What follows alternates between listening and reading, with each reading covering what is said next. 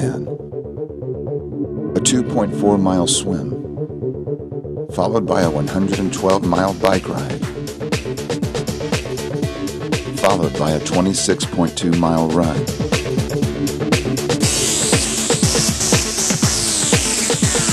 Followed by one sweet ride home.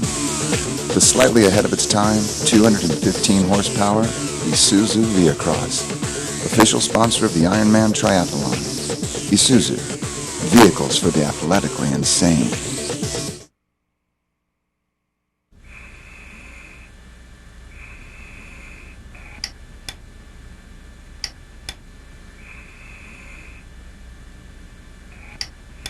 My strength comes from Rick.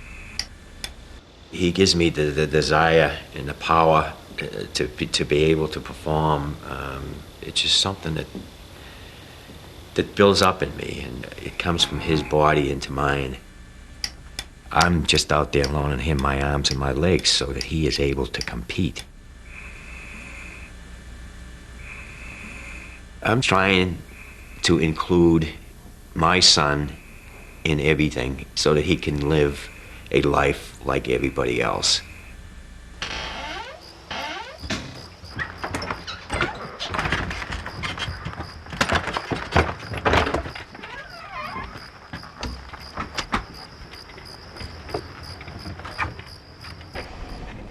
I don't see why any other father wouldn't do the same thing for their son or daughter.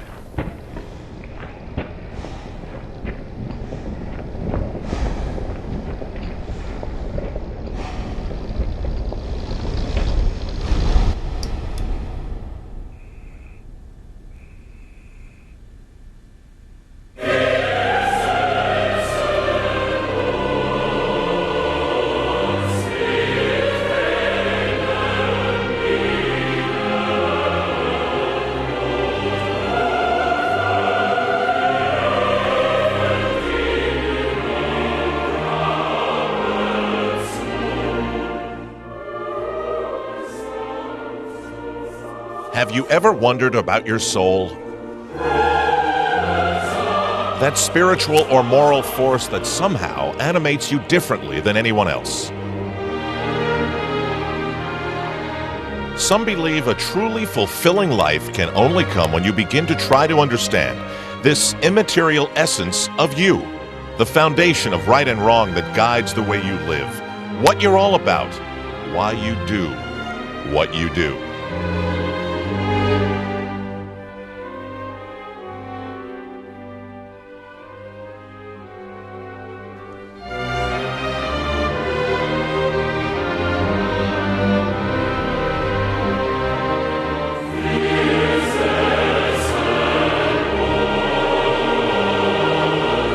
The secret of reaching your capabilities is the true unbreakable belief in yourself that can only be found deep in the central core of wherever it is that you find your soul. Most people don't give it much of a thought.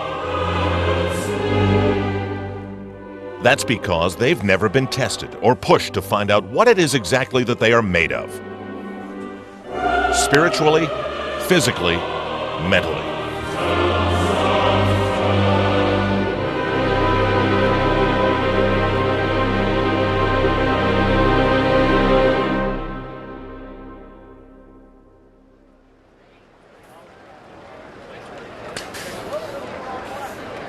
Every October, under a bright full moon, more than 1,000 people come to the mystical Big Island of Hawaii. They are all very good athletes who have committed to doing something called the Ironman, and it's 140 miles. Some think they can win. Others have no chance, except in a larger sense.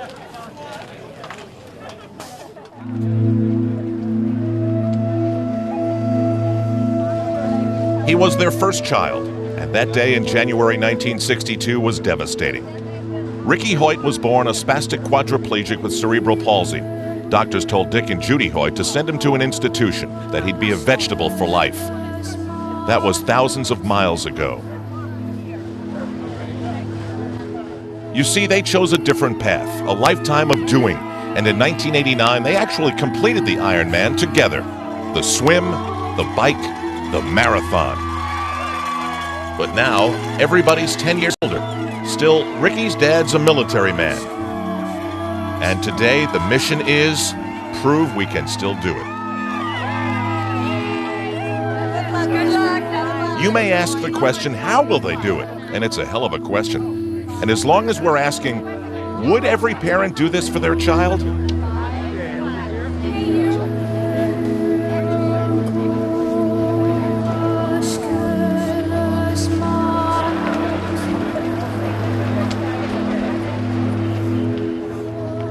This is Kathy Smith, mom to Jennifer, Kelly, Catherine, Jackie, and Bobby, wife to Greg.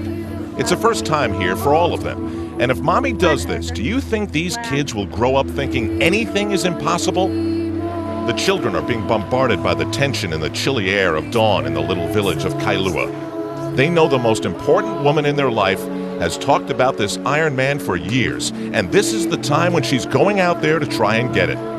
They want it for her real bad.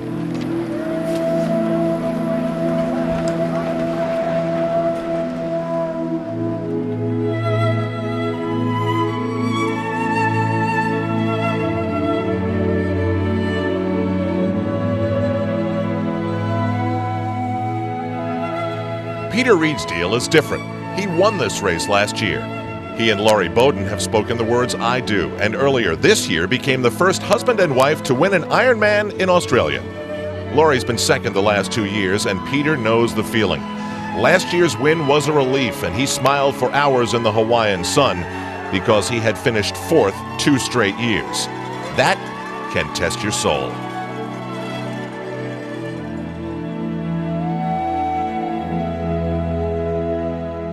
Last year, I was totally blessed. The island gave me so much power. I was strong the entire day. Every time you come to this race, you're always faced with that wall, and you gotta push yourself over it. Just focusing on yourself and hoping that the island's gonna help you support you, and then it can really work in your favor. But if you think you're gonna conquer it, it'll conquer you. It was their parents that got them both going in this direction, and it's not the first time that love has blossomed somewhere out there in a training run, but it could be a first husband and wife to sweep the Ironman. The race is loaded with past winners like Aussie Greg Welch, who won in 1994. That day he wore number 19, and as luck would have it, he's that number again. As a rookie, Luke Van Leerde shocked the Ironman in 96. Last year, he finished behind Peter Reed, saying, "Nature and the wind are stronger than you. I cannot beat nature. It will always beat me." 1997 was Heather Feuer's year when she said she fed off the energy that's out there, and that maybe while the race takes part of your soul, it's what you trade to get that energy. It worked for her. 95's champion Karen Smyers has been away for a while. No big deal, just a broken window sliced her hamstring. She had a baby after 48 hours of labor, and an 18-wheeler hit her while training. By winning, Thomas Hellriegel ended his nightmare in 97, the one where he flies on the bike and dies in the marathon. Everything must be perfect on the bike. So there they are, almost 1,500 different hopes and 1,500 different dreams. But they are all unified, because without necessarily wanting to do so, this day will slowly peel away their layers in a slow, unforgiving way, until at some moment we will see the essence of their being, as a huge bay window of light opens to reveal their soul. The Ironman is an enormous task, a 2.4-mile swim, a 112-mile bike ride, then a 26.2-mile marathon, for everyone, for Kathy Smith, for Dick and Ricky Hoyt. Statistics say 93% of them will finish. Still, that 7% presents a fear factor that is high. They await the cannon.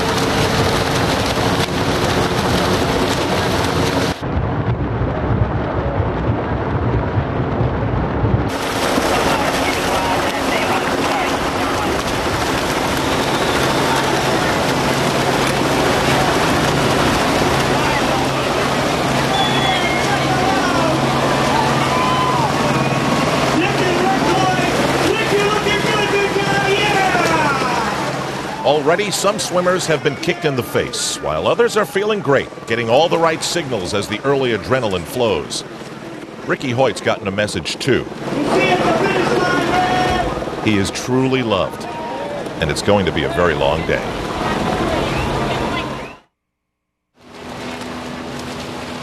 The 1999 Ironman Triathlon World Championship is presented by Isuzu. There are rules in the Ironman, and one of them is you don't have forever. The swim of 2.4 miles must be completed in less than 2 hours and 20 minutes. There's a bike cutoff too, and a midnight deadline, but that is later's problem. Right now, it's stay between the buoys and head for the big boat that marks the turnaround. The Pacific Ocean this morning is calm, and the water temperature is a very doable 78 degrees.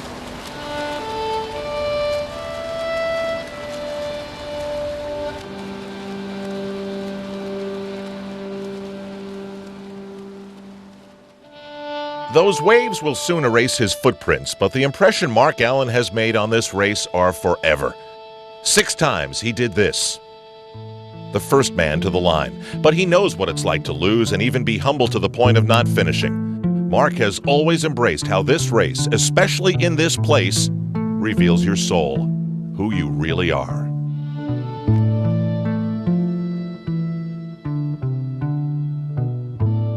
From the outside, the Ironman can look like a day of pure torture, but it's not all blood and guts. In fact, there are points in the race where there's absolute freedom. You feel it in those first strokes. That intense pre-race anticipation changes to relief when the cannon goes off. I'm racing, you tell yourself. You forget about the immensity of the day. But suddenly it hits you. The day is a lot more than a swim. I'm going to leave the protection of the ocean. I'll have to ride 112 miles, then come up with enough reasons to run a marathon. You always know the day will take a lot, but now you realize it's going to take a lot more than you ever imagined. You uncover your first layer of soul. You realize, I can't hide. Normally, the early race leader is just a good swimmer. Andreas Niedrig, though, is a good all-around triathlete. The blue catamaran is the halfway mark, and members of the media there can begin writing the story of the race. The green caps soon to appear are worn by Greg Welch and Tim DeBoom, the best American in the field. Both have some nationalistic urgings. For Welch, this Ironman helps set the stage for triathlon's Olympic debut next year in his homeland. DeBoom wants to end America's 4-year losing streak. Number 8, Tomas Hellriegel, just wants to get through this. His Ironman is always defined by the bike and marathon. Because he's so fast, he can't lose the race here. Past champion Luc van Lierde is next to Lothar Leder of Germany, who was 3rd the last 2 years, and all the favorites are in the neighborhood, including Canadian Peter Reid. Reid knows how the Ironman can test you. He gave up twice in his early tries. Those turning points most often come 80 miles ahead. Winners don't give in to their weaknesses. They try to make them strengths. If Peter's wife Lori Bowden, in the orange cap, is to have a first ever win here in Hawaii, improving her swim is the right place to start. Over the last 3 Ironmans, she has shaved 6 minutes off her swim time. Lori credits Peter for inspiring her with the way he trains, and it's an inspiration that's working. Just ahead of Lori is Heather Fuhr. She's roughly a mile from shore, and still there's a lot of traffic. With so much ocean, you wonder why everyone has to be so close. Well ahead is 38-year-old Karen Smyers, the oldest pro here. Karen's husband and sister are also out there, somewhere in a family affair.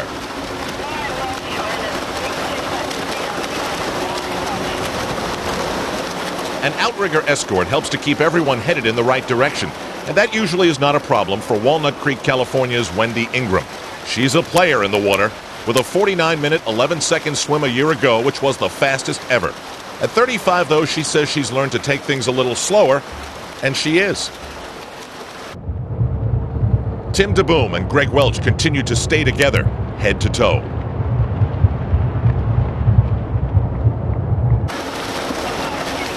In a race like this, you take it 1 milestone at a time, and Andreas Niedrig leads the procession to the 1.2-mile halfway mark. Still, for all his hard work, there are plenty of others sloshing right there behind him in this charge to the bikes.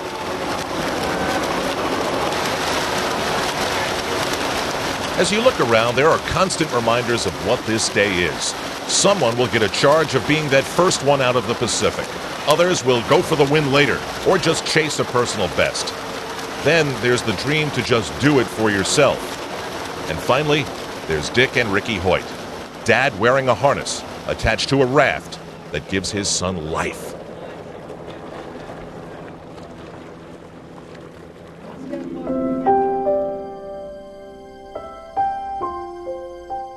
When you look in somebody's eyes, you can see a lot. And I got a lot of feeling when I was looking into Rick's eyes that he knew what was going on. So what we wanted to do was get a computer built so Rick could talk with a computer. He had all these things inside of him, but he had no way of getting them out to tell us about it. Everybody was betting, what is the first words Rick is ever going to say? And his mom saying, well, it's going to be hi, Mom, and me, the dad, saying, well, it's going to be hi, Dad. Well, the Boston Bruins were going for the Stanley Cup, and the very first words he ever said was, go Bruins. He was 12 then. Now, at 37, this still makes Ricky feel like Bobby Orr on a breakaway.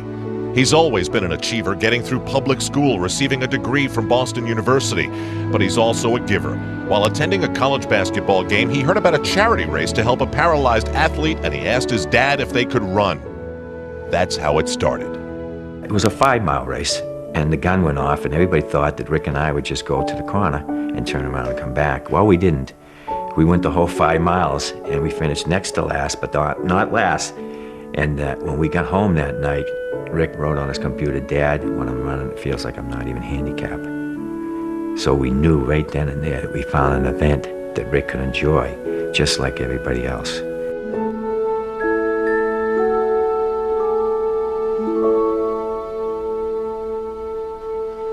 This Ironman for Dick and Ricky Hoyt is a lot like that very first race. They are close to being last, but they are not last. And that's a perfect reason to take the next stroke.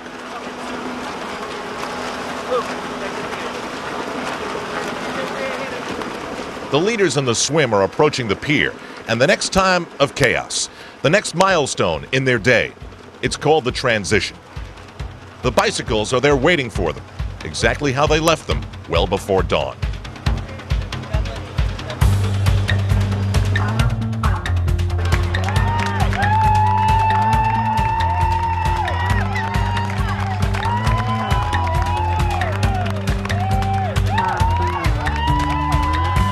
Andreas Niedrig and John Van Wissa are first, but a 22-year-old Stanford graduate, Jody Jackson, sets the women's record in 48 minutes 34 seconds. She is a cardinal who can swim.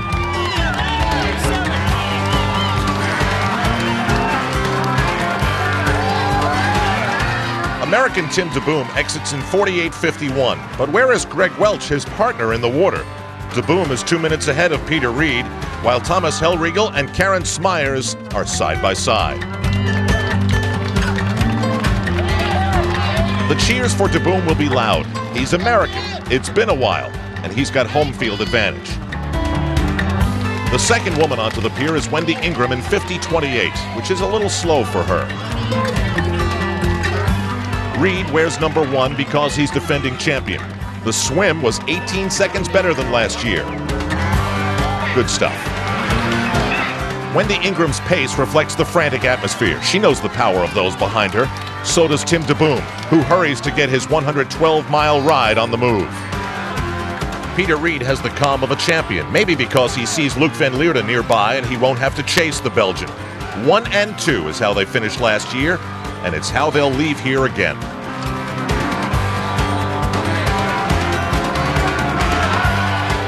Karen Smyers and Thomas Hellriegel exit together, and now their Ironman really begins.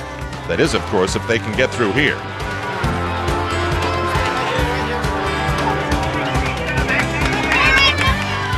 Wendy Ingram heads out of town. 6 top 10s, but never a win. Time to change that. For Thomas Hellriegel, it's to the bike and to the front, or he's in trouble.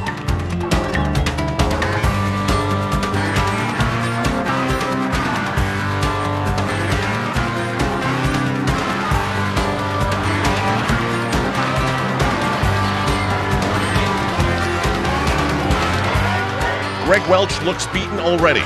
Or is it calm? Hard to tell. Luc Van Lierde is on the highway looking for his second title as contenders continue to emerge from the sea, and it's a crowded exit for Heather Fuhr. Peter Reed is out near Van Lierde. It should be quite a duel. Meanwhile, his wife Lori is 12 minutes behind, 495th out of the water, and paying the price with people who just won't stay out of her way. She'll need a big ride.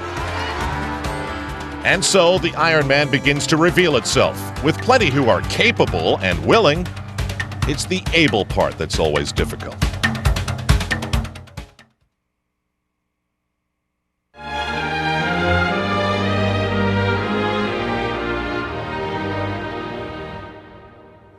It's called the Queen Kaahumanu Highway, the Queen K, a long stretch of black asphalt that runs through miles of lava fields. Normally here, you bake. This year, it's uncharacteristically cooler, and that suits the women's race leader just fine. Wendy Ingram blew by swim winner Jody Jackson and has time to think about what's ahead and forget the past.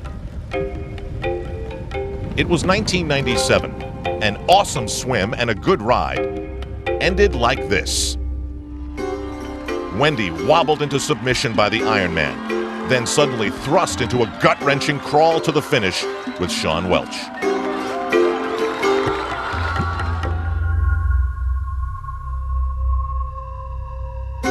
To me, I think it displayed a sense of mental toughness because mentally I was fine. Just physically, my body had given out. And it does bring tears to your eyes, even though you know what's happening to you. I think when you go into the Ironman, you have all these goals and you have all these dreams and you think you're going to do this and that, but once you get on that line and the gun goes off, the bottom line is for everyone, I just want to cross that line.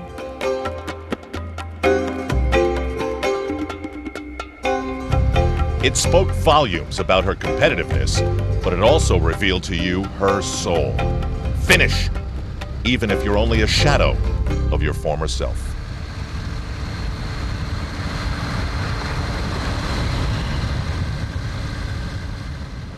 Veteran Karen Smyers trails Ingram. The 95 champ has been through so much, but can relax. There are no 18-wheelers on the Queen K. Heather Fuhr, the 97 winner, had her usual slow swim, but now has to stay close to unleash her weapon, the marathon, for which she holds the course record. Right now, that perfect plan is failing. She's losing ground.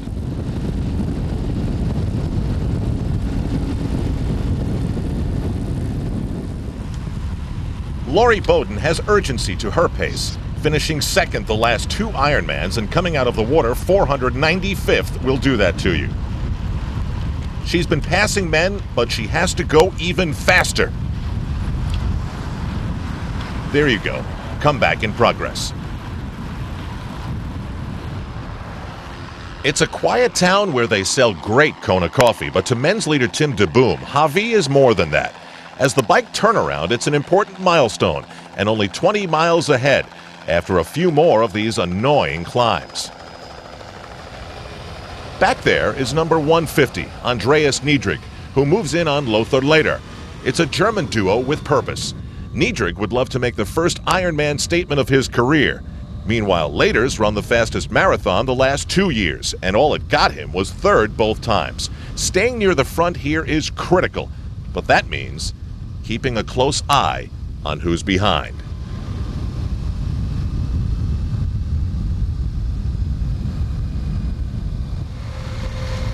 A severe case of asthma was what 94 winner Greg Welch thinks caused him to hang on to the turnaround boat for 4 minutes. It is clearly not his day, as the Ironman doesn't care what titles are on your resume. Luc Van Lierde was the first European to win this world championship and did so as a rookie in 1996 with an amazing first ever marathon. A year ago, Peter Reed built up an 8-minute bike lead that Van Lierde could not erase. This year, Reed can't or isn't making such a move. That's good Belgian news. Peter's just ahead and in much better shape than wife Lori. As they both handle adversity, that's planned for.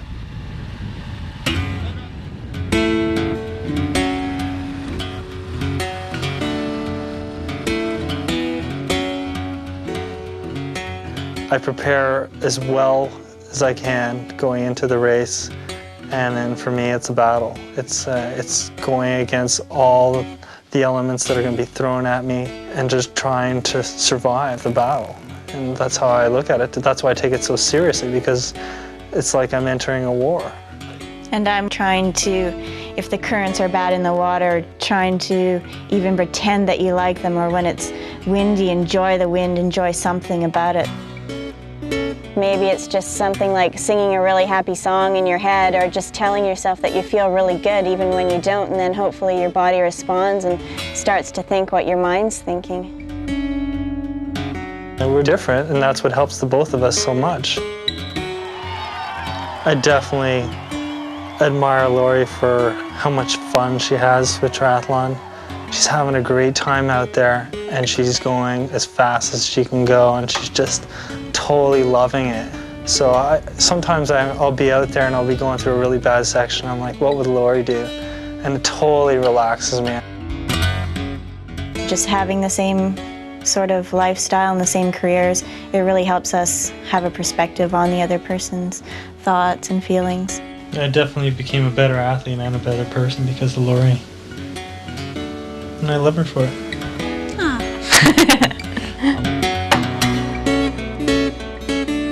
She and Peter live together and work together. Tough for some, but for them it works. Lori continues to chip away and move up.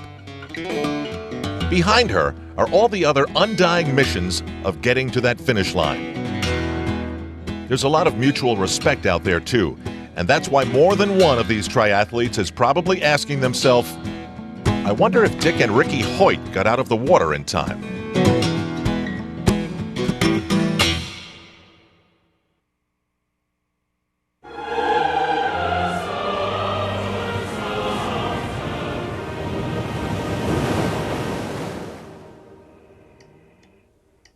You may be wondering how I feel about being disabled.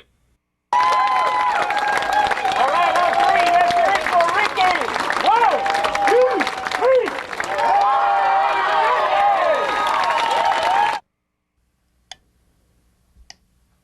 To tell you the truth, I don't know what it is like not to be disabled. I was born with cerebral palsy, and it is all I know. Good job. Good job. On three, let's hear it for Super Dad. 1, 2, 3. Super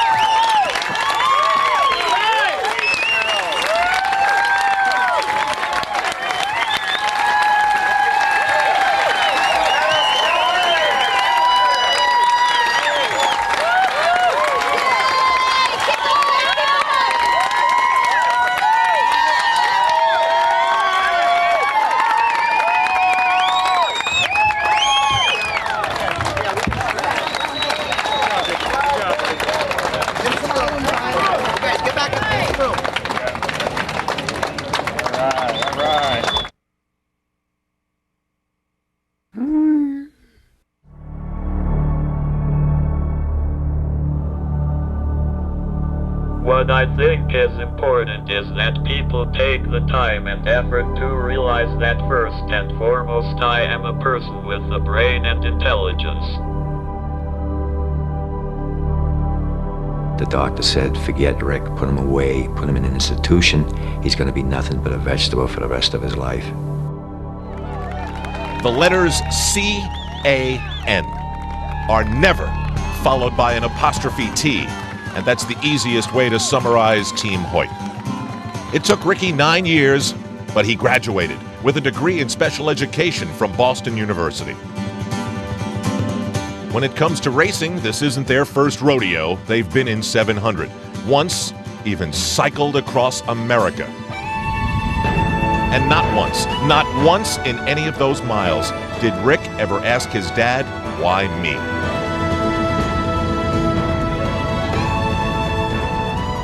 Here he is, he can't talk, he can't use his arms, he can't use his legs. He's living all by himself, his own apartment in Boston. He's gone to public school, he's gone to college. He's competing in road races, he's competing in triathlons, he's sending the message that people with disabilities should be included in all daily activities, just like everybody else, and they should be able to live like everybody else. And right now they're cycling 112 miles like everybody else, committed to getting to that line like everybody else. This is a collection of your everyday Ironman cyclists, with the slopes of Mauna Kea providing the backdrop. Their concerns are about personal bests, or maybe winning their age group. This is not where you expect to find a past champion. But there she is, Heather Fuhr, losing ground and dropping back. Another Ironman dream burnt to a crisp in the Hawaiian sun.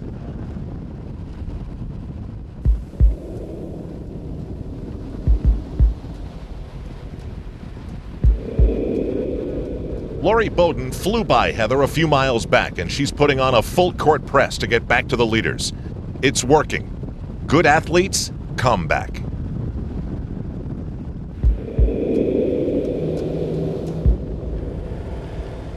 Karen Smyers is making things happen too. When you survive 48 hours of labor and getting hit by a truck, anything's possible. And this is a significant moment because the leader of the race, Wendy Ingram, is right there. The attack is methodical, so much so that you get the feeling all is not right with Wendy Ingram. If she were to be a player today, she wouldn't be giving ground this easy, because passes like this in the Ironman are usually permanent.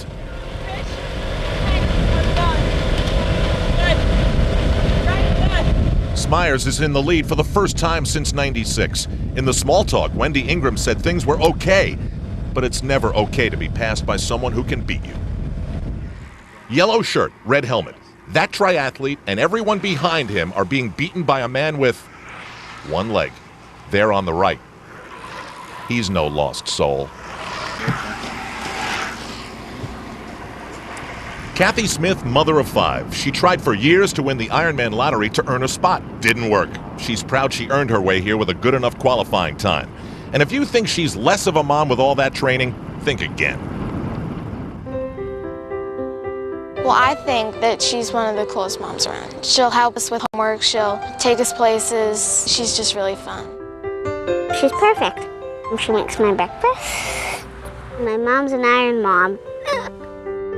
She can be really funny at times, and then at other times she can be serious. If she makes a promise, she'll keep it. She tries her hardest to make sure that she's always there. If something goes wrong, we're always like, I'm always there for her, and if I ever have a bad day, she's there. Sometimes I call my mommy Daddy, and I call my daddy Mommy. I love my mommy. Triathletes can be a tad obsessive. Kathy Smith gave birth to her 5th son the day she swam in a race. She gave birth with her race number on her arms. So this is her average day of trying to become an Iron Mom. Check the weather? Why bother? She's going out there anyway, and she's strapping in to go out there at 4 a.m. Doesn't everybody? I got started in triathlon about 9 years ago, and I didn't have a great deal of self-esteem. And after setting my first goal of just doing a short little sprint triathlon and crossing the finish line, a change took place in me. And I can actually say that I like myself now. So it's not just the sport, it's what the sport's done for me that's made all the difference, and I don't want to give that up. The family is always, it's at the core of everything that I do. It's always my priority, and I don't give up my Saturday soccer games as a mom just because I have to do my long ride. They're the reason why I do everything. That's my life.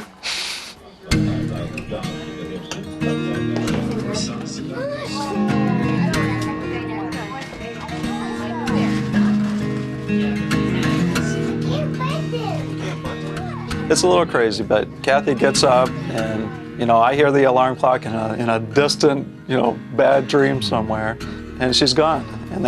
But I know what my duty is then is to, get Kelly up here, get Jen up there, and then she's home, and things are back to normal, and you know, things didn't skip a beat.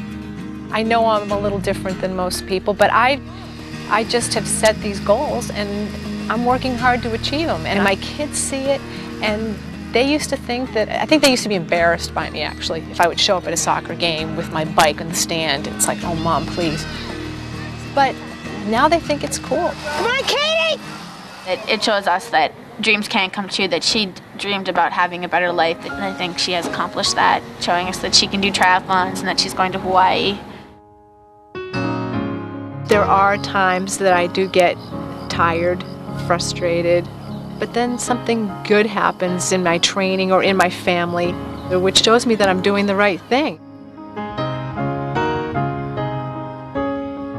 I see this as not the culmination, but as a continuation of what I've found. I found the person inside of me is just an extension of what I've always been trying to do, and that's to find a part of myself that I like.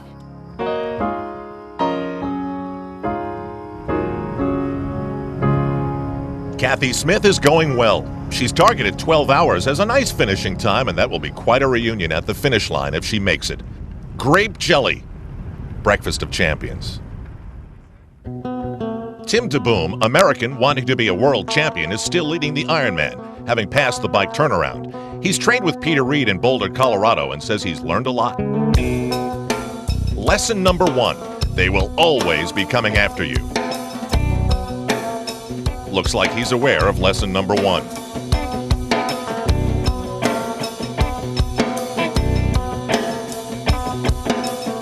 This bike race is heating up, but the surprises that the Ironman always holds, they're still out there waiting to be revealed.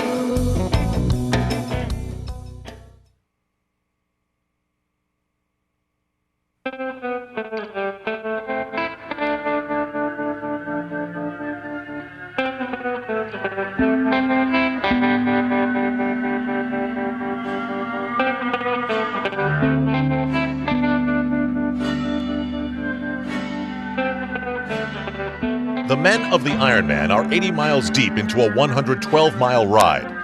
And this time, as the day grows older, the winds get stronger. For those in the main chase group like Luc van Lierde, it's a fierce headwind. But in this race, there's always some element you have to deal with. The Belgian said he was humbled by this island a year before, and that's all part of being experienced, learning not to dwell and move on. Strategically, this is where he wants to be, surrounded by everyone who wanted to leave him behind on the bike because he's so good in the marathon.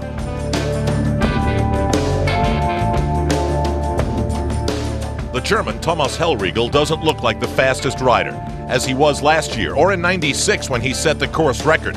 His breathing is heavy. Looks like the wind could be winning one here.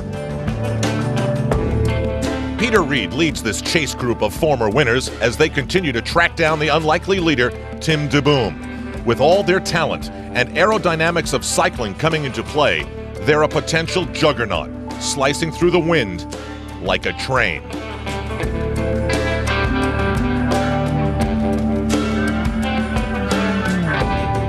Up ahead, DeBoom's lead is in serious jeopardy. Another chase group has reeled him in. German Lothar Leder is leading this energetic assault, but upon closer inspection, it's discovered why he's pushing so hard. The red slash through his number means he's been given a 3-minute penalty to be served prior to the marathon. Costly is putting it mildly. Leder waves on his assault companion, Peter Sandvang of Denmark. That's how cycling works. Everyone takes a turn in front. Collectively, the group, or in this case, the pair, goes faster.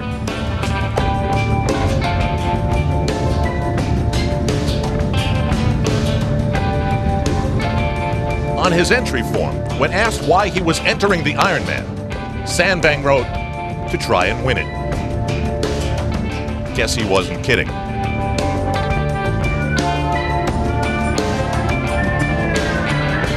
DeBoom is literally sweating this one out. He's been leading for over 3 hours, but the Euros don't care. Lothar Leder retakes the front, and they are within sight and sound of the lead helicopter that flies over DeBoom.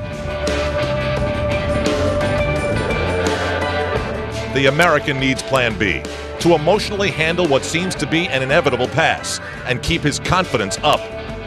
There are a lot of miles and a marathon to go.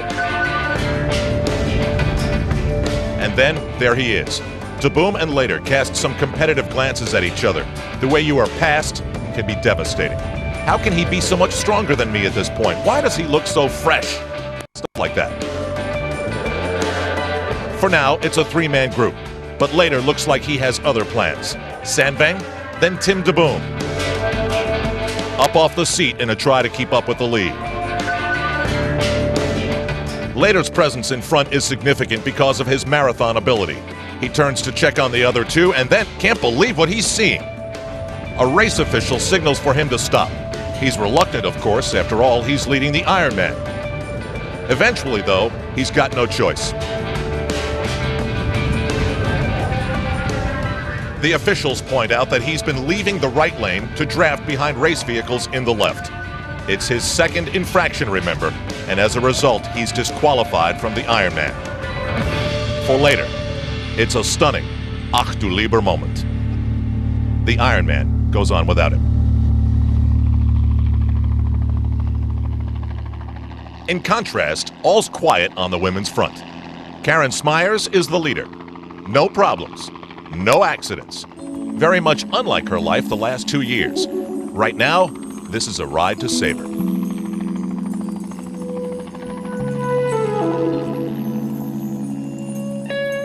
Karen Smyers won't be surprised no matter what happens today. After all, she's experienced just about everything here on the roads of the Big Island. Like in 1995, when she won this Ironman World Championship by 8.5 minutes. Imagine then you're good enough to do this, and then only 1 year later you are vulnerable enough to be reduced to being a marathon walker. That's when you find out what you're made of. That's when you reveal your soul. I'm not sure that you're ever actually protected when you're out racing on this course. You have to kind of open yourself up and say, you know, here I am, here are the conditions. And I've got to accept them as they are and fight through them. I think at some point, every single person, no matter how good a day they're having, is going to run up against what they think of as a brick wall almost, where they think, I don't know if I can do this. And the challenge is to come out with the answer, yes, I can. Right now, Yes I Can could be replaced by Yes I Am, once again the leader of the Ironman, without a challenger in sight.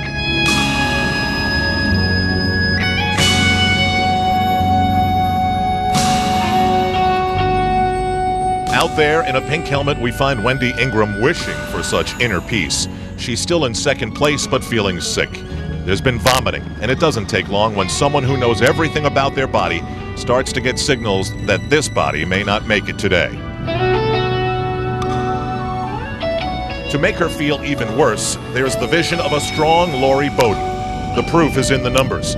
70 miles into the bike ride, and what was once a 12-minute deficit is down to 5. Now, if Peter Reed can uphold his end of the bargain, this husband-wife sweep idea seems possible again.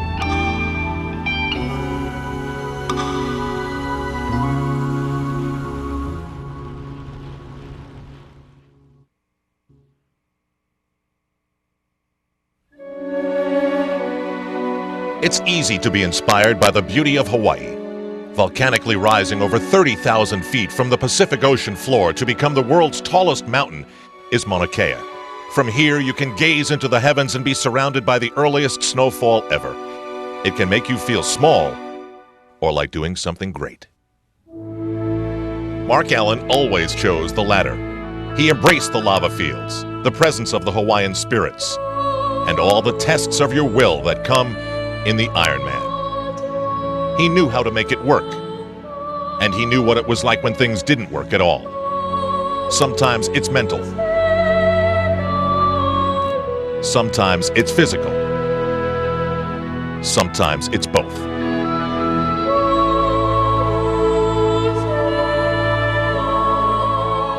You think you know what it's going to take to become an Ironman.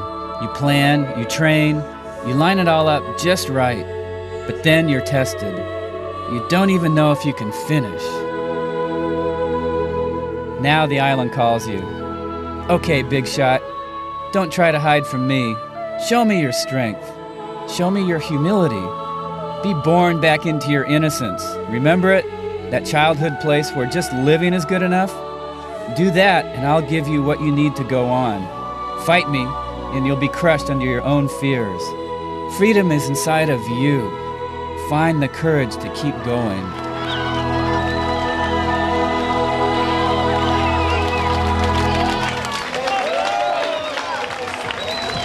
Head games at the bike transition. In the tent is an Ironman All-Star game in progress. Peter Reed has entered. Luke Van Leerde is there. And next to Reed, Thomas Hellriegel. 3 past champions ready to run. Reed's marathon last year was 27 seconds faster than Luke Van Leerde, 2:47 and change. Hellriegel's best ever, a 2:51. Do the math. Reed and Hellriegel are still lacing up as Van Leerde leads. He is capable of just blowing everybody away. Forget last year. In '96, he ran a 2:41, and that's almost Mark Allen territory. Number 4 is Christoph Mock of Switzerland. He's running in good company. So it's Van Leerde, then Mock, with Hellriegel and Reed precious seconds behind. A chase group that, for now, is well spaced out. The Ironman usually plays out its most riveting drama in the marathon, and 99 is no different. The leaders have already been on the run, literally and figuratively. Peter Sandvang, last year a 12th place finisher, doesn't have the credentials to be in this spot, but that was said of Van Leerde in '96. Tim de Boom has fallen behind Sandvang and knows Luke Van Leerde is right behind him, ready to pounce. The defending champion finally makes it out of the tent in 6th place. Obviously not the plan. This title is not easy to defend.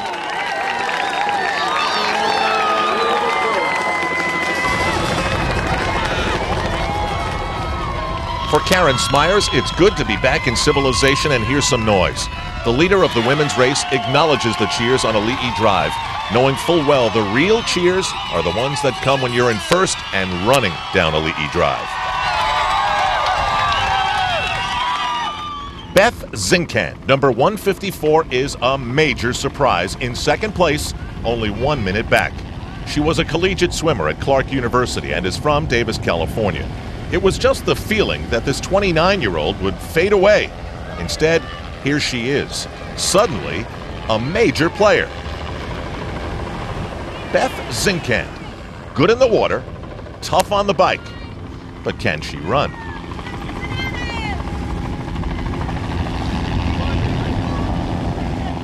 Karen Smyers feels the refreshing breezes that come from the ocean waves.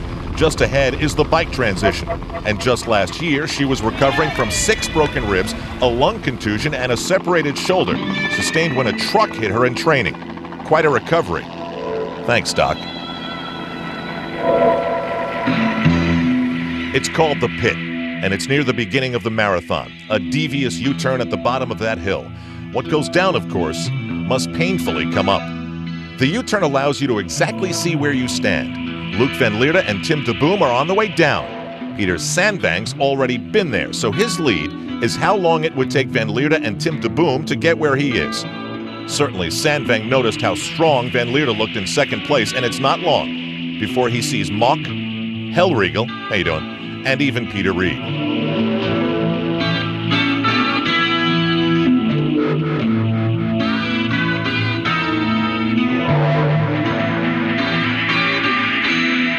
Van Leerde and de Boom at the turn in the pit.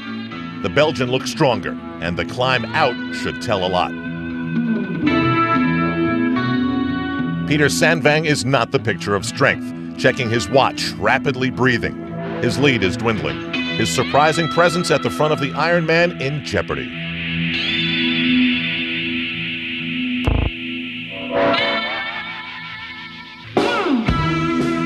Tim de Boom has indeed kept up with Van Leerde's up-tempo pace, and they're stalking Sandvang. Van Leerde's confidence must be soaring. There is nothing to suggest that anyone left can keep up with his pace, but that's on paper. It's hard to read minds, but when you think of Thomas Hellriegel, not being able to grab a lead on the bike was huge. Same can be said for Peter Reed. It's time to stay close and hope something happens to the Belgian Express. Boulder, Colorado's Tim DeBoom is giving the Americans hope because he is still keeping up with Van Leerde. And hooking up with him was one smart idea.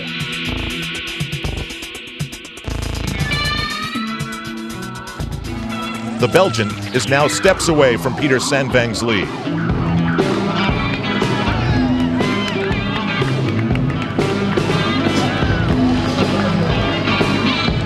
With a few more purposeful strides, that lead is convincingly his.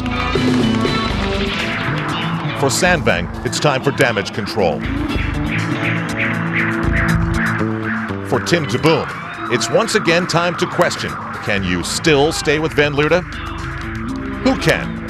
Van Leerde looks like he did in victory in 1996, when he ran a marathon for the first time in his life. You're not supposed to be able to do that.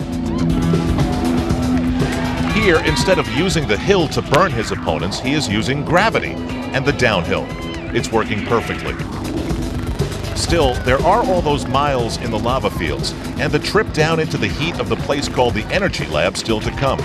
And it's hard to remember an Ironman when the real big move or an important charge didn't take place out there. Plus, doesn't Peter Reed have to have one final say before he gives up his world championship?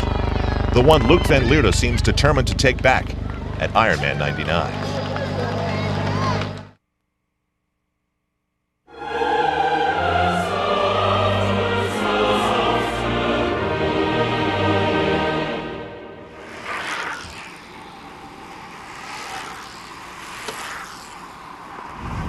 Kathy Smith, the mother of 5 from Southborough, Massachusetts, is having everything go according to plan.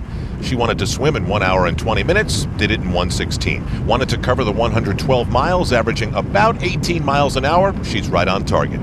Now we know how she keeps all those soccer practices scheduled. Karen Smyers approaches the bike to marathon transition. As always, it's a hectic place. Her bike time is 5 hours, 15 minutes. And Beth Zinkan, the X Factor, is only seconds behind. Still, Karen has star status, and there are many who recognize the former champ.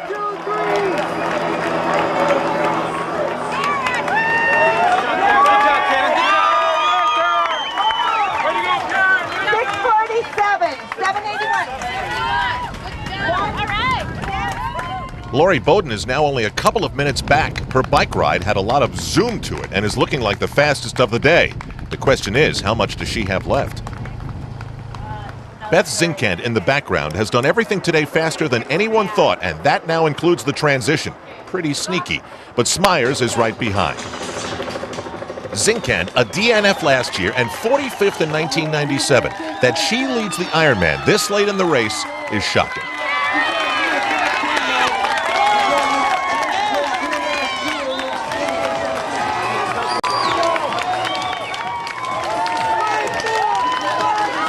Canadian Melissa Spooner is off the bike in 3rd, grabbing her leg.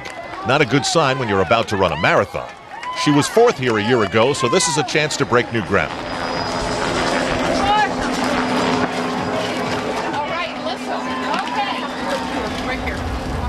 Lori Bowden's getting a head start at removing the cycling shoes. In her sneakers last year, she ran a 3:07 marathon, and only a handful of women have gone that fast in Ironman history. It's a wobbly arrival for Wendy Ingram. Sick the entire bike ride, it's amazing she remains in 5th. She doesn't appear to be in any hurry.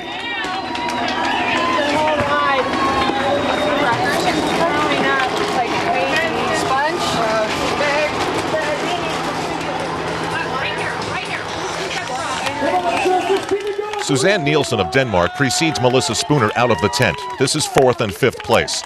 So far, everyone is within 2 minutes of the lead. A fresh Lori Bowden finds a dejected Wendy Ingram, but doesn't stay for long. Okay, you go. We're making a decision now. Anything else? Something to drink? Want a sponge?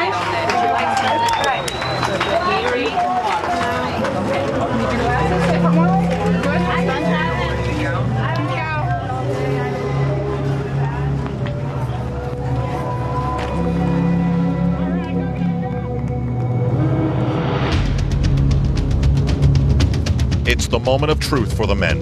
Belgian Luc van Lierde is in the Energy Lab, a downhill, uphill, 4-mile detour off the Queen K Highway. He looks like he's in mile 1 on the toughest part of the course. Peter Reed has moved into second, trying not to go quietly. It is a reversal of fortune from a year ago. That was when van Lierde was trying to catch Reed in this very place. He trails the Belgian this time by 1:50.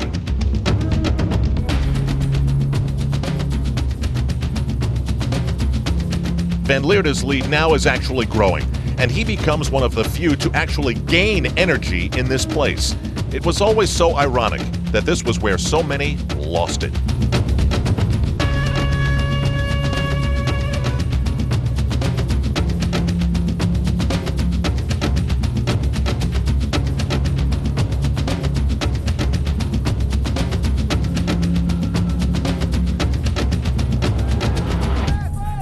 The last 2 Ironmans that Karen Smyers was in, she ran a 3:05, then a 3:22. So today is tough to figure. Fact is, she looks calm as she goes through the marathon motions. Why so smooth? Well, experience. She's won, she respects the race, and knows how to do this. Another reason is that the leader, Beth Zinkand, is only 15 feet away.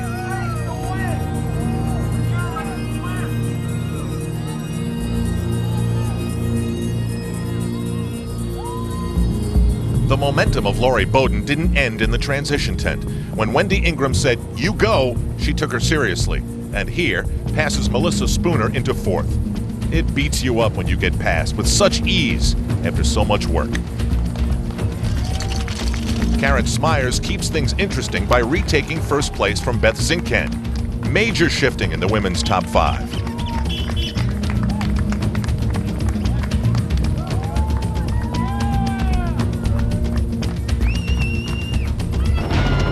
Van Lierde's flying and out of the Energy Lab. His lead has ballooned from 1:50 to 3:10. Peter Reed can only try to keep his cool and hang on to whatever personal prestige comes from second place. Here in the Ironman's hottest place, it was Luc van Lierde that sizzled. In '96, he was the big surprise, the one nobody knew with the marathon speed to die for. Last year, he let Peter get away on the bike. This year, he made the adjustment. Before leaving town toward the lava fields, Laurie Bowden roars up on Beth Zinkand to take second place. Clearly, there is a value to having been among the leaders this late in the race before. Now it's Laurie versus Karen Smyers.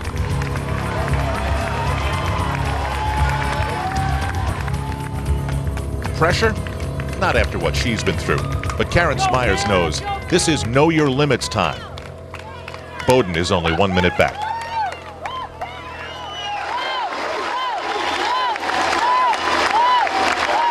They chant his name as Luc van Lierde revisits Ali'i Drive. His marathon speed has become an enormous weapon, as it was for Mark Allen and Dave Scott. It changes the game. The others must react to him. He unwraps a Belgian flag given to him a short way back. Someone must have had an inkling that we would be saying Luc van Lierde, 1999, and now 2-time Ironman triathlon world champion.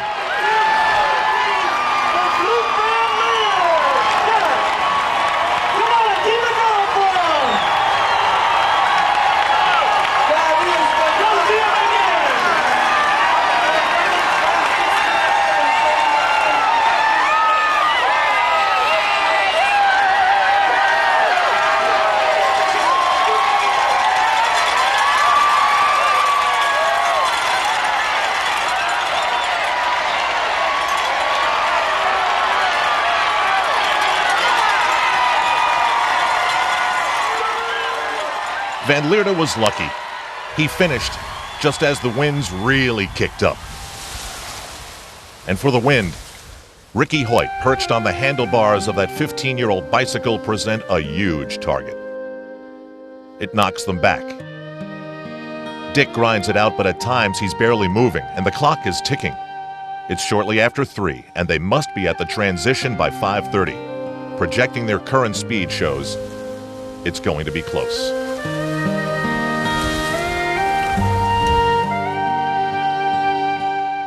And so we come to another moment of human beauty in the Ironman. Van Lierde, the image of youth and strength, is miles away amidst the noise. Dick and Ricky Hoyt are alone in the quiet out in the wind. But they have the same drive as him, the same type of soul as him. Here it's the absolute commitment of a father to a son to try and get him to that line. Just like he did 10 years ago.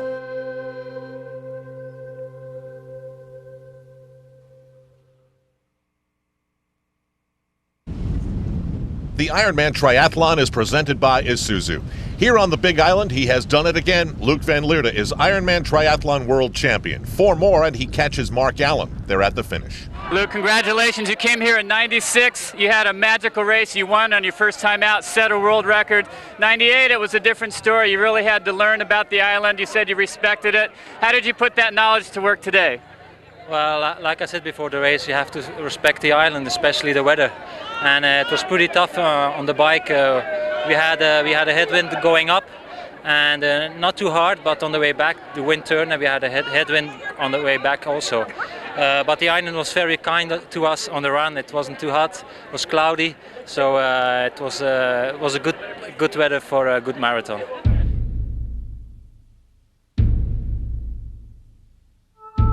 It was his day to run with his flag,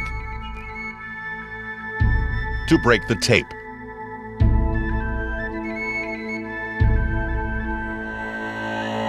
To run like the wind and beat it. Peter Reed shows some dejection at the conclusion of his race. It wasn't meant to be for him. But the moment he crosses the line, he refocuses. That's because his day is far from over. Wife Lori Bowden is still out there.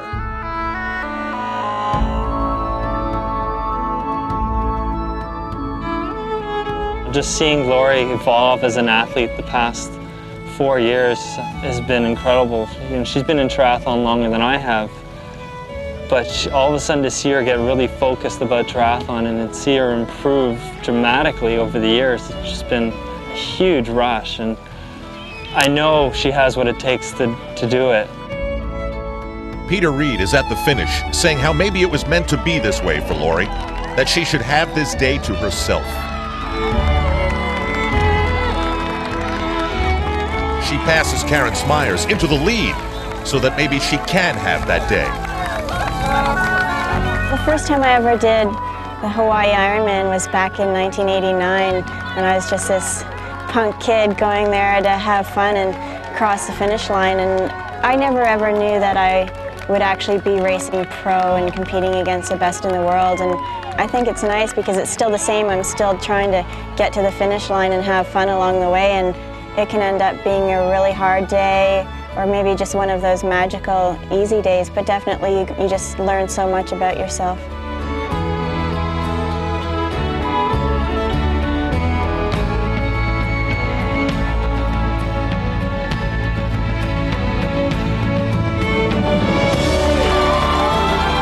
It comes after a record-setting first-ever sub-3-hour marathon. They were on their own out there for a while, but now they're together again. And while they didn't do it at the same time, they'll each have a medal back at home in Victoria, BC.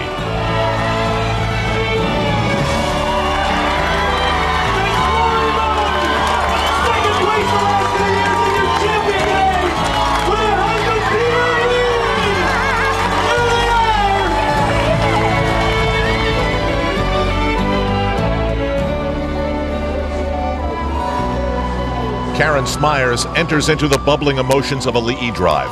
In 4 tries at this torturous race, she has won it, finished 3rd, and now 2nd twice. There is tremendous honor in her consistency, and now too in her ability to physically come back from where she was. Tim DeBoom with a best ever 3rd, a future hope for the Americans perhaps. And then the annual Ironman parade, underway, and may we never ask again why they do it.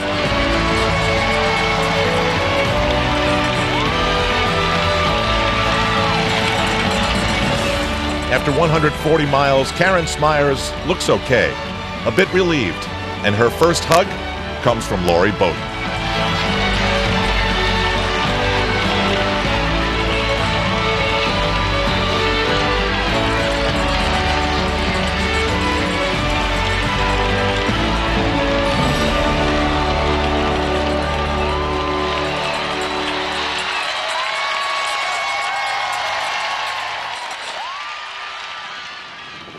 It was Luc Van Leerte's second Ironman win. Peter Reed's personal best Ironman time, just not good enough this year.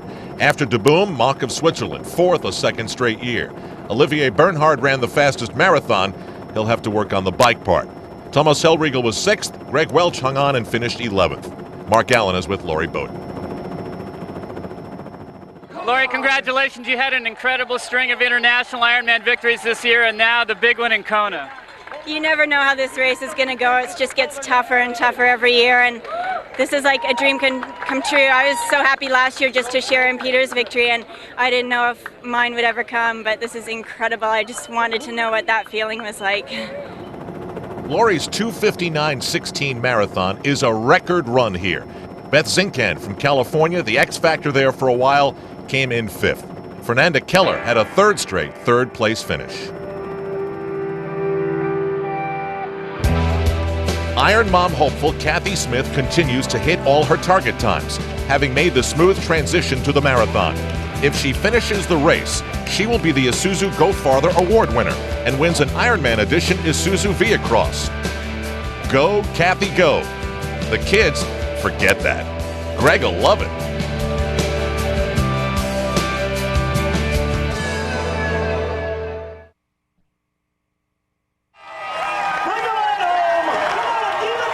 This is now the other Ironman, the one that's not about first place.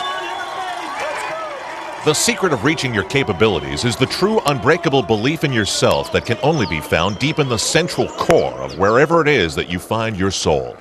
Most people don't give it much of a thought. That is because they have never been tested or pushed to find out what it is exactly that they are made of. Spiritually, physically, mentally.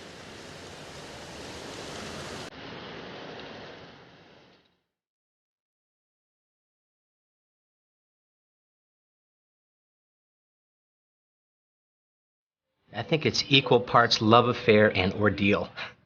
To do this race well, it's an incredible sacrifice. People at all walks of life, at all levels, whether you're trying to win it or whether you just want to finish it, they're the only ones, them and their family, that realize the dedication that it takes and the sacrifice for months on end, where you put the rest of your life on hold. In the 80s, Scott Tinley won the Ironman twice. This is a 20th and final time. Baltimore's Lynn Brooks' best Ironman was her first. This is also her 20th and last. This race is about challenge. And my perspective is with challenge come opportunities and possibilities. Really, in the 19 years, have ever finished this race and been disappointed, because I think we're very blessed and lucky, all the athletes. It's kind of a privilege that we're here. It's been 10 years since Carlos Melita's Navy SEAL unit was attacked in Panama. A bullet to the spine cost him the use of his legs, but it didn't kill his spirit. When I first got injured, the doctors, the first thing that they tell you is all the things that you can't do. You can't walk anymore, or you can't do this and you can't do that. And I always wanted to push all those feelings aside and focus on all the things that I could still do. And when I get to the Ironman, it's like this is the top of the freedom that I have, because I leave my chair in the morning at the pier and I'm on my own pretty much the whole day out there on the race. And it's a kind of freedom I can't really get anywhere else. You can't have any ego. You're as raw as it gets. There's nothing around you that you don't look good, you don't feel good. It's who you are, and you are exposed to everyone and the elements, and you have to say, you know what, I'm okay, I can do this. This is all right, this is what I want to do. And I'm hoping to gain so much strength in knowing that I'm an Ironman. Kailua Kona is Karen Davis's home. For 8 years, she worked with the race. Now she's in it for the first time. Mother of two. Maybe Scott Tinley liked being a kid again every year in the Ironman. For him, for us, there always comes a time, though, when you have to face the clock. It's harder to watch yourself gradually decline, because what you have is the deflation of this huge ego, and it's very painful. Because you're on the quintessential hero's journey where you were built up to larger than life, and gradually the backside of that hero's journey is going back to normality, and that takes a lot of pain, a lot of suffering, and eventually when you get there, you're a lot wiser and thoughtful for the whole experience. But in the meantime, you go through some fairly strange feelings about the whole thing. For years, Tinley has been out there with the others. Arnold Palmer on a public course. He has lived with this race, grown older with it, and made it better.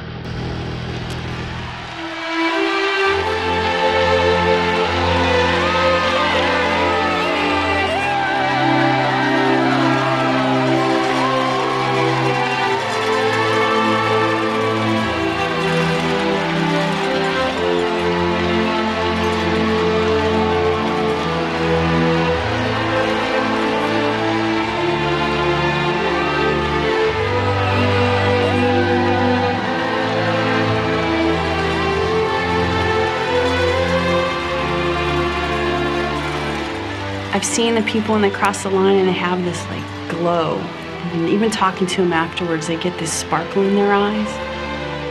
I want to know that look. I can't wait for that. I can't wait.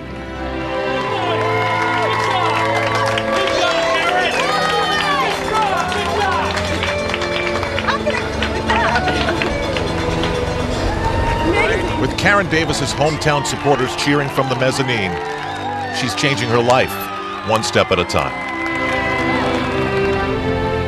Carlos Melita, his massive upper body pushing him on, is trying to repeat his division championship of a year ago. He's done this from Miami to his home in Virginia and 363 miles over the mountains of Alaska. Time to conquer Hawaii for an encore. Scott Tinley's last doesn't look like it's coming easily.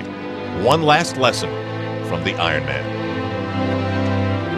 Sometimes I come over here and I felt like a warrior, and I felt like there's nobody that can beat me. And other times I come over here and I feel like an observer. And I feel like I'm watching all these things go on, and I thought, geez, how am I going to put myself in the game, in the race?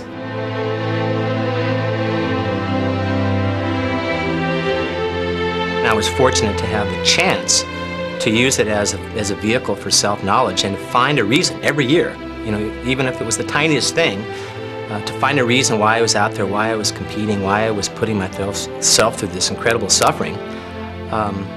And I feel very blessed to have had that chance.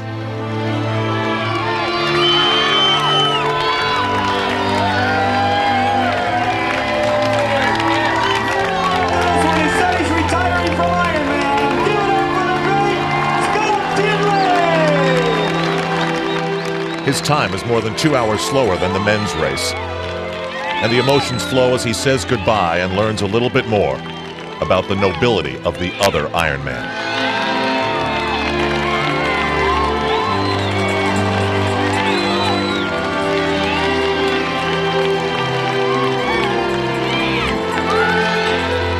Dick and Ricky Hoyt's first ever race spurred them to run on because they weren't last.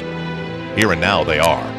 The wind's effect on their combined weight has been devastating to Dick. And as Scott Tinley learned, everyone and everything has a limit because of age. Their 15-year-old bike has something wrong with it, and it looks like they'll never make the marathon transition in time. Dealing with adversity, though, is in their soul. They will try and find a way.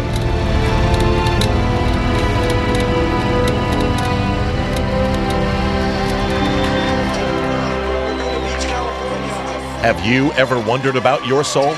That spiritual force that somehow animates you, makes you what you are?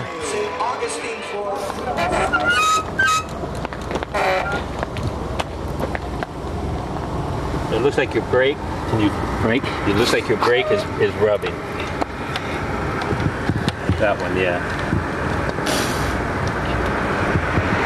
That's why we're going so slow? No, sir. We're so impressed. We know what you're doing. It seems to be fully released on this side. Try it now. Let me call tech support. Yeah, let's call Here's that. some Gatorade. Thanks. Here's some Gatorade. Can I help you hold it up? A broken bicycle part. Is that how this ends?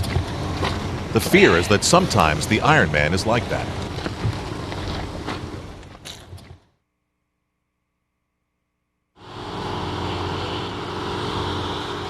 There is not another bike in sight except the one that belongs to the Hoyts. With patience as strong as their resolve, Dick and Ricky have waited 30 minutes for help. Knowing that the time lost could cost them a chance at finishing, Dick asks Ricky if he still wants to go on. Would you want it, Rick? You would? Yeah. He wants to, we will. We're up to it.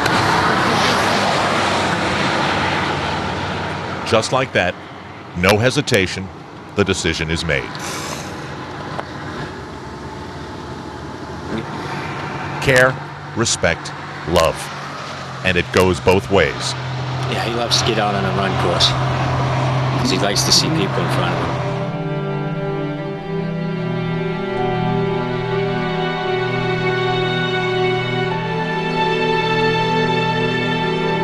Rick, to me, is the competitor. He really wants to win, and he's a fighter, and he's never going to give up. And there's just something that gets inside of me when I'm pushing him that I can go faster, and I can do all these things, and I don't know exactly what it is.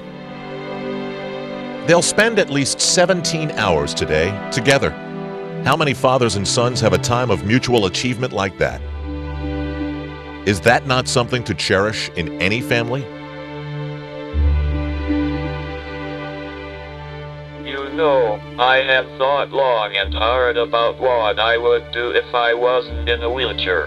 I love sports, so maybe I would play hockey, basketball or baseball, but then I thought about it some more, and what I would probably do first is tell my dad to sit down in the wheelchair, and now I would push him. It's Rick and I out there competing together, and it has really helped me because I feel like I'm in the best shape of my life. And I am 59 years old, and it makes me, and I feel like I've got a body of a 22-year-old person. And it's all his fault.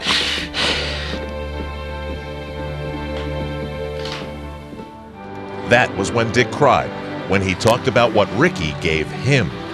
Now we'll see what happened to the legs. Can't help you there. The front brake was fixed, but the Hoyts can no longer make the cutoff in time. They will have to try and complete the final 63 miles for each other.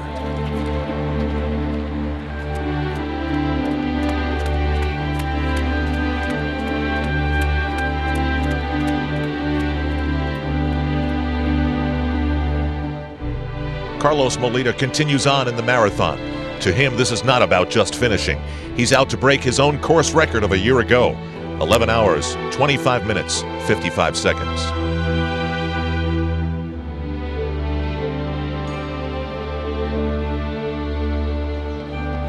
The strides of the rookie Iron Mom, Kathy Smith, look strong. As she's moved through the race, she's hooked up with some new friends. Maybe she just needed a little family around her.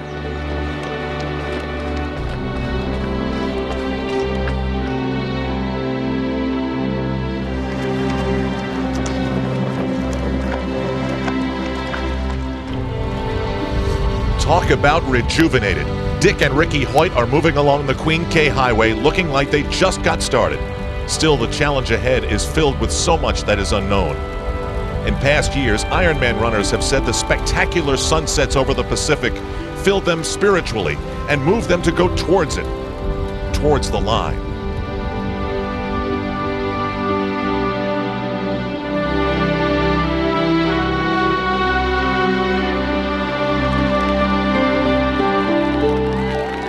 At the line, there continues to be an ever-changing look of human achievement, conquering a distance that they all at some point in their life thought was out of reach. Then came the time they thought differently, and that brought them to this. Carlos Molina rips half an hour off his record time as he finishes into the warm embrace of Mom, his wife, and 4-year-old son.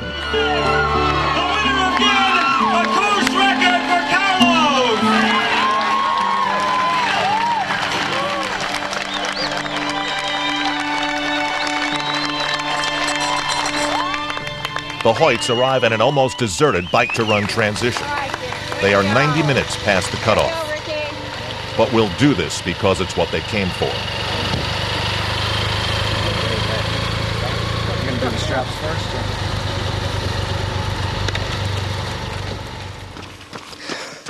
twilight gives way and the glow sticks kick in. To the Hoyts, all the runners still out there are targets to catch. Just hitch that hat on it.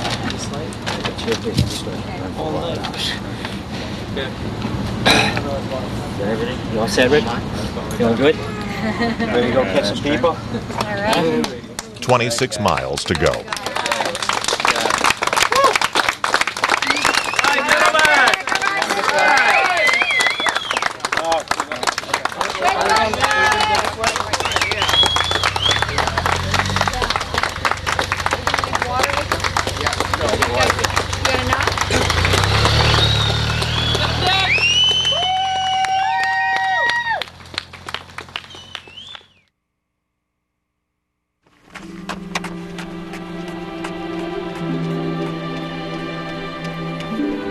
All the pros, all the age groupers, we're all feeling the same. We all have this bond of, we made it, we all did it, and you can see it. You don't even have to talk about it, you just feel it.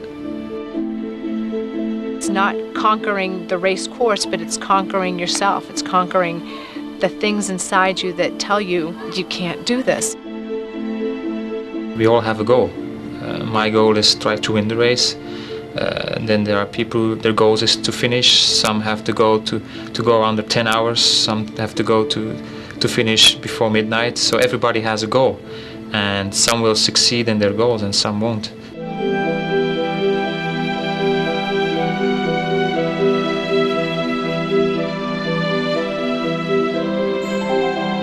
It's like one huge family here, and standing at the finish line towards the end of the night when you're waiting for all the last finishers, you're so proud of every single person. You know what they've gone through and how hard it is, what a struggle it is. The finish line is awesome. You know, it's just awesome. And often just that last turn before you come on a Leahy Drive, I often need to just stop, you know, and just really appreciate having gotten there.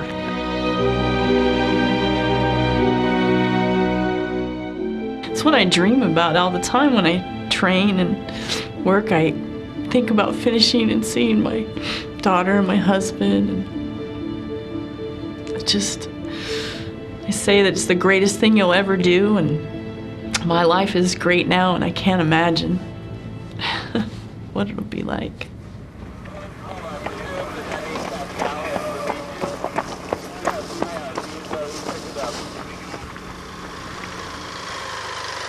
For the Hoyts, the uphills of the marathon are agony. Dick's body is bathed in sweat, and the energy of catching some runners hasn't come. The Ironman continues to peel away the layers until we see the core.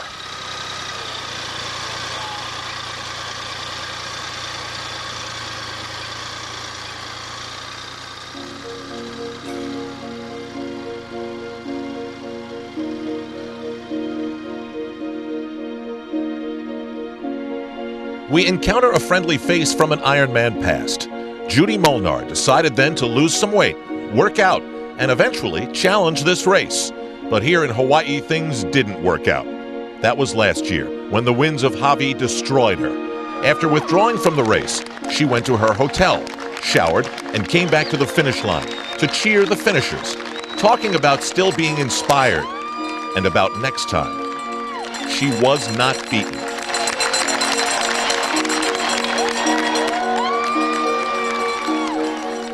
This is Next Time, and to help her get there, an 8-time champion just happens to come along.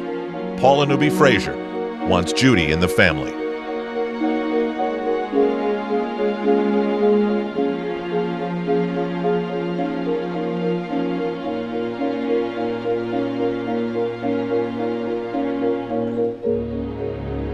Greg and the Smith family want Mom. And then suddenly, there she is, appearing from the darkness.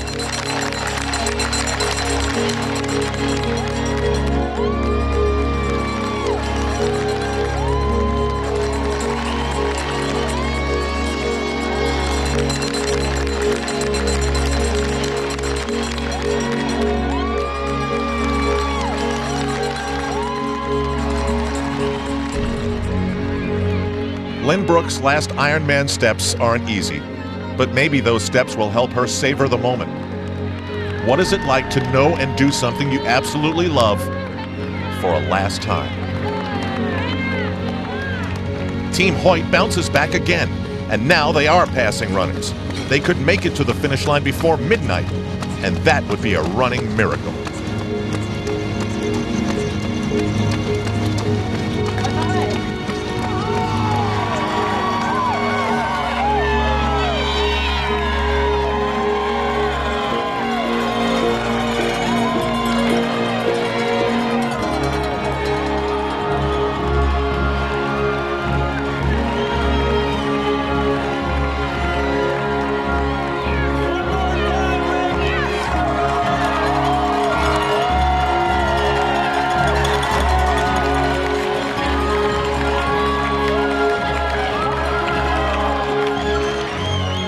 Karen Davis can almost say it.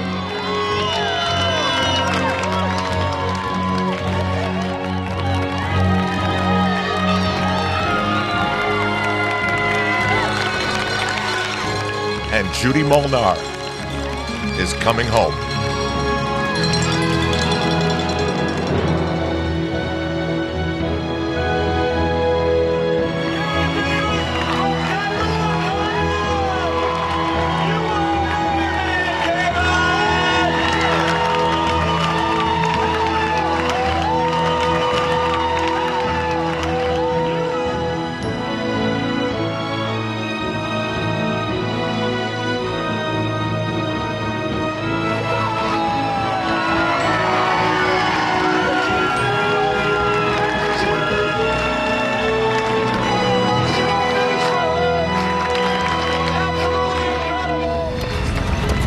Rick's the one that keeps me going.